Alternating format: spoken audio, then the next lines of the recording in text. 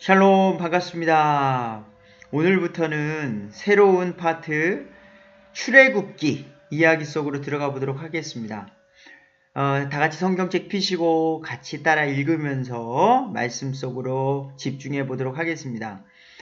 창세기, 출애굽기, 레위기, 민수기, 신명기, 우리 모세 오경 두 번째 책으로 불리우는 출애굽기. 기록자는 모세가 기록을 했고요. 주전 1450년경에 기록된 책입니다. 수신자는 이집트 생활, 고된 광야 생활을 하면서 이집트 탈출 사건, 그리고 시내산 언약을 통해서 하나님의 선민으로 선택된 이스라엘 백성에게 쓰여진 책이에요. 너희 이렇게 고생해서 이집트를 탈출했고 이제는 새로운 땅에서 그 과거의 일들을 잊지 말고 하나님을 잘 믿으라 라는 목적으로 쓰여진 거죠. 사람은 살다 보면은 과거에 자기의 죄들, 자기의 부족한 것들을 잊게 되어 있습니다. 그래서 이렇게 기록으로 남겨주셔서 너희가 지금까지 과거에 너희 조상이 했던 그러한 일들 속에서 죄들을 번복된 삶을 하지 말라는 거죠. 그리고 지금 모든 신약 교회 모든 성도들에게 쓰여진 책이에요. 우리 또한 과거에 성경에 기록된 모든 것들은 배움을 위한 목적이라고 했습니다. 그렇기 때문에 성경을 보면서 우리는 과거의 잘못들을 되풀이해서는 안 된다는 거죠. 출애굽기, 엑소더스는 탈출이라는 뜻을 가지고 있어요. 그래서 이스라엘이 이집트에서 탈출하는 그 과정도 있지만 이게 영적으로는 사람이 죄의 왕국에서 탈출하는 것을 보여줍니다. 그래서 결국에는 우리가 왜 하나님을 믿어야 되는지, 그리고 믿음의 여정이 얼마나 또 어려운지를 나타내고 있어요.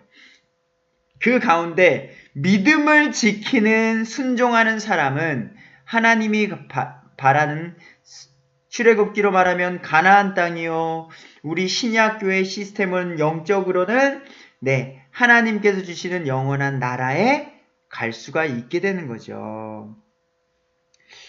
자, 내용은 이러합니다. 한때 파라오와 요셉의 총애를 받았던 이스라엘 자손은 이제 속박의 집 이집트에서 종살이를 하게 돼요.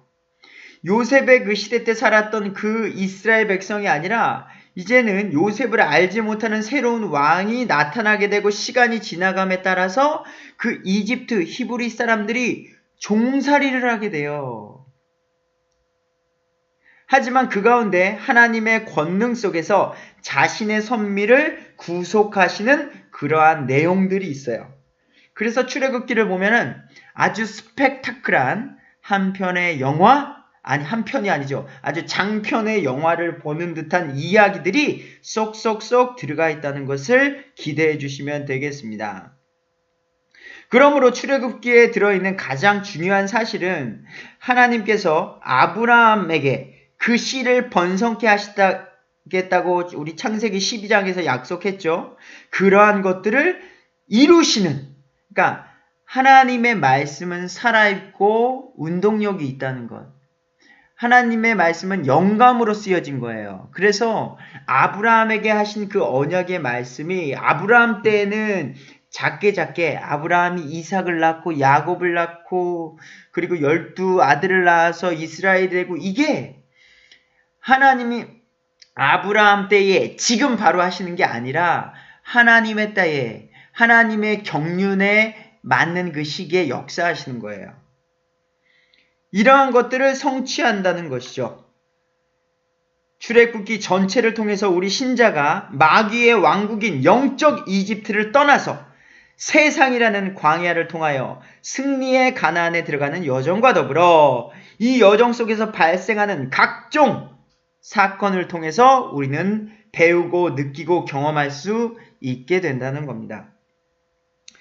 우리 1장으로 한번 들어가 보도록 하겠습니다. 이제 1절, 이제 야곱과 함께 각각 자기 집안 사람들을 데리고 이집트로 들어간 이스라엘의 자손들의 이름은 이러하다. 야곱의 12아들의 이름, 곧 그 아들들이 이스라엘의 각 지파의 이름이 되죠.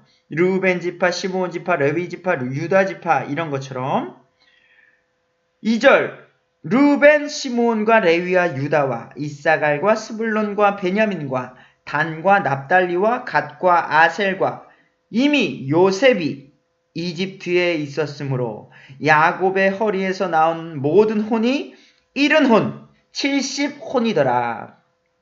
성경에서는 사람을 표현할 때 혼이라고 말한다고 했습니다. 그래서 하나님께서 아담을 처음 만드셨을 때에도 아담의 몸을 흙으로 만드시고 살아있는 생기를 코에 불어 넣으시니 살아있는 혼이 된 거예요. 그래서 우리 육신은 죽으면은 땅의 한 줌의 흙으로 돌아가고 우리는 혼이 진짜 우리의 사람이라는 걸 알아야 됩니다. 그래서 성경은 사람을 혼이라고 표현한다. 요셉과 그의 모든 형제와 그 온 세대가 죽었더라. 이제는 시대가 또 흘렀습니다. 요셉이 형들의 미움을 받아서 이스마엘 상인들에게 팔려가고 보디발의 집에 들어가고 보디발의 아내의 유혹의 사건, 감옥에서 애굽, 이집트의 파라오의 총애를 받으면서 한 그래서 가족을 살리고 그 땅의 모든 사람들을 살렸죠. 요셉을 통해서 7년간의 풍년과 그 후에 8년째부터 7년간 있을 흉년을 요셉이라는 하나님의 지혜를 받은 그 사람이 그 온 세상을 구했다는 거예요. 그리고 그 사건은 예수 그리스도를 나타낸다고 했고요. 근데 그러한 역사가 이제는 시간에 걸쳐서 과거라는 이름으로 묻히게 됐습니다. 요셉과 그 모든 형제와 그 온 세대가 죽게 됐습니다.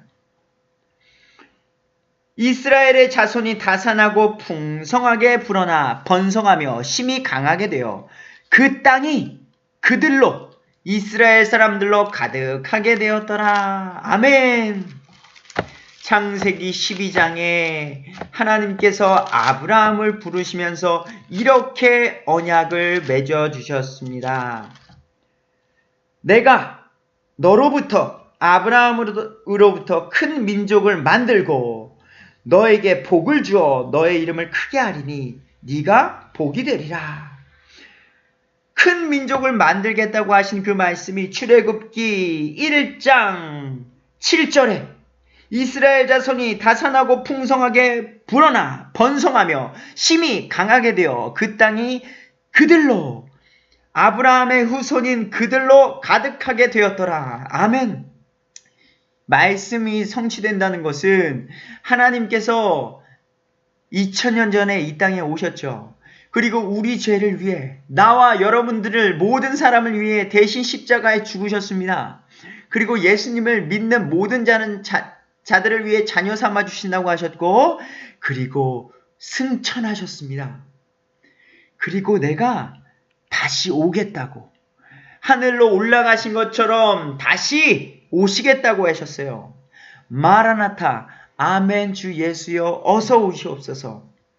그 말씀이 성취된다는 거죠. 우리 예수님을 믿는 사람들은 이 말씀을 소망하고 기대하고 있다는 거죠. 예수님이 우리가 죽기 전에 오신다면 지금 우리가 사랑하는 아내와 우리의 사랑하는 가족 부모님과 또는 나의 자녀들과 사랑하는 동역자들과 헤어짐 없이 함께 하나님께로 갈 수 있는 복을 누린다는 거죠. 우리는 이러한 소망을 가지고 살아가는 겁니다. 여하튼 이 땅에 이스라엘 사람들로 이제 다산하게 되고 풍성하게 됐다는 거죠. 번성하게 됐어요. 8절 이제 요셉을 알지 못하는 새 왕이 일어나 이집트를 다스리게 된 겁니다. 그가 자기 백성들에게 이르되 새로운 왕이 이러는 거예요.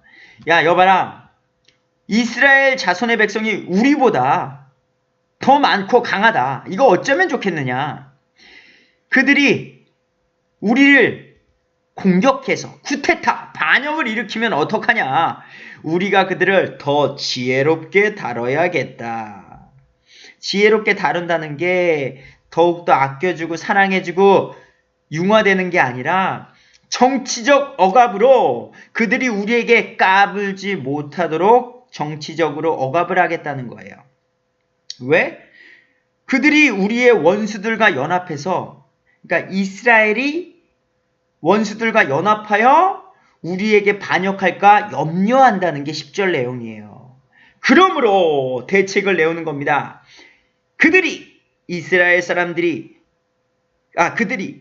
이집트의 사람들이 작업 감독을 그들 위에 이스라엘 백성 위에 세우고 그들에게 무거운 짐을 주어 그들을 괴롭게 하는 거예요. 이스라엘 사람들을 더욱 괴롭게 하는 겁니다. 그들이 파라오를 위하여 국고도시 곧 비돔과 라암셋을 건축하더라. 더욱더 종살이를 하게 해서 그들에게 먹을 것도 덜 주고, 그리고 그들이 힘이 남아 도니까 젊은이들은 그 힘을 비돔과 라암셋이라는 도시를 건축하는 데에 그 힘을 쓰게 하는 거예요. 먹을 것은 조금 주지요. 힘든 일을 많이 하다 보니까 점점 말라가지요. 그들에게 정신적, 육체적 건강을 제압해서 남자들이 힘을 못 쓰게 하는 겁니다. 근데 재미난 일이 12절에 있죠. 그러나 그들이, 이집트 사람들이 이스라엘을 괴롭게 할수록 이스라엘이 더욱 번성하고 증가함으로 그들이 이스라엘 자손으로 인하여 심히 근심하더라. 허허허, 이거 어쩌면 좋냐. 쟤네들 더욱더 비돔과 라암셋 지금 짓고 힘들게 하고 먹을 것도 조금 주고 하는데도 왜 이렇게 쟤네들이 많아지는 거야. 어쩌면 좋겠느냐. 더욱더 근심하게 되는 거예요. 이에 이집트 사람들이 이스라엘 자손으로 하여금 엄격히 더욱더 심하게 섬기게 하는 거예요. 종살이하게 하는 거예요. 그래서 회반죽 이기는 일과 벽돌 굽는 일과 들에서의 온갖 종류의 섬기는 일에서 고된 속박으로 그들의 삶을 괴롭게 하는 거예요. 더 먹을 것 조금 주고 잠 더 조금 재우고 일거리는 더욱더 많이 주고 상처가 나도 치유하지 않고 이 정도는 괜찮아. 사람이 일하다 죽어가도 그냥 동물 다루듯이 대하고 그들을 더욱더 심하게 하는 거예요. 15절, 이집트 왕이 히브리 산파들에게 말하였는데 그들 중에 하나는 이름은 십부라요, 다른 하나의 이름은 부하라. 산파는 아이를 낳는 것을 도와주는 사람이에요.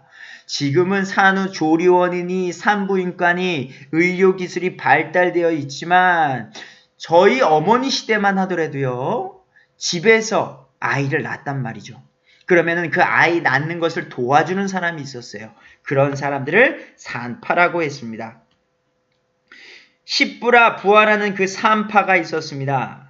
그가 이르되 너희가 히브리 여인들을 위하여 산파의 직무를 행할 때에 해산대 위에 여인들을 살펴보아 그것이 아들이거든 너희는 그를 죽이고 딸이거든 살릴지니라 하였으나. 자, 이게 뭐냐면 새 왕이 명령을 내린 거예요. 산파들에게 너희가 이스라엘 사람을 히브리 사람이라고 했습니다.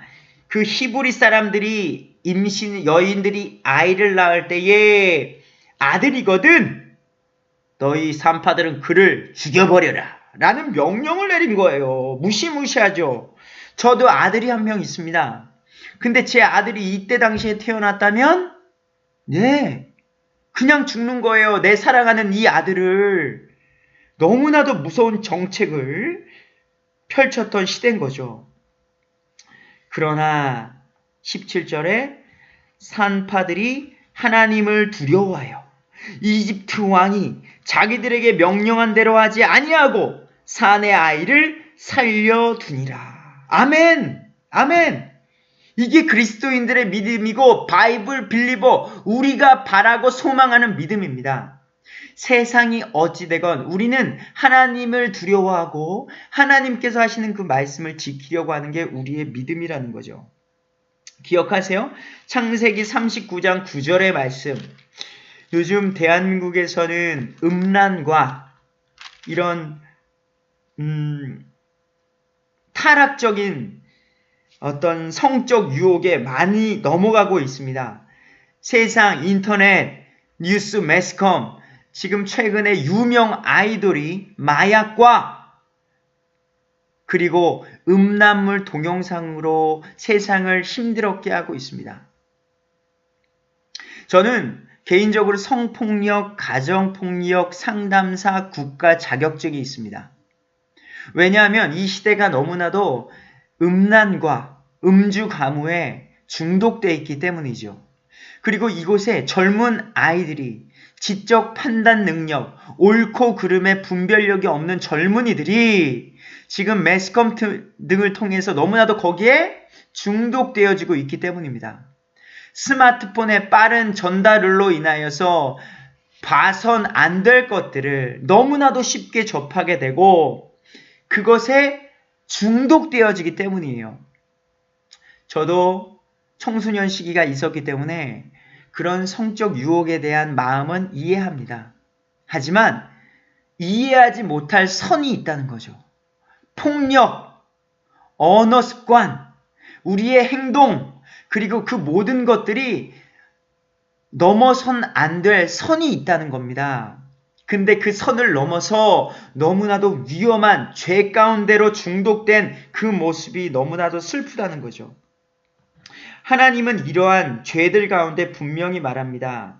이러한 산파들이 지켰던 하나님의 말씀, 목숨을 잃을 수도 있음에도 불구하고 왕보다도 그 권위를 하나님께 드렸던 산파. 요셉도 기억나십니까? 보디발의 집에서 보디발의 아내가 날마다 요셉에게 유혹합니다. 나랑 같이 눕자. 집에 아무도 없다. 나 이쁘지 않느냐. 하지만 요셉은 이렇게 말을 하지요. 이 집에는 나보다 더 큰 자가 없어요. 주인이 보디발의 아내 당신 외에는 아무것도 내게 금한 게 없어요. 당신이 보디발 나의 주인의 아내이기 때문에 내가 그럴 수 없습니다. 그런즉 내가 어찌 이 큰 악을 행하여 하나님께 죄를 짓겠습니까?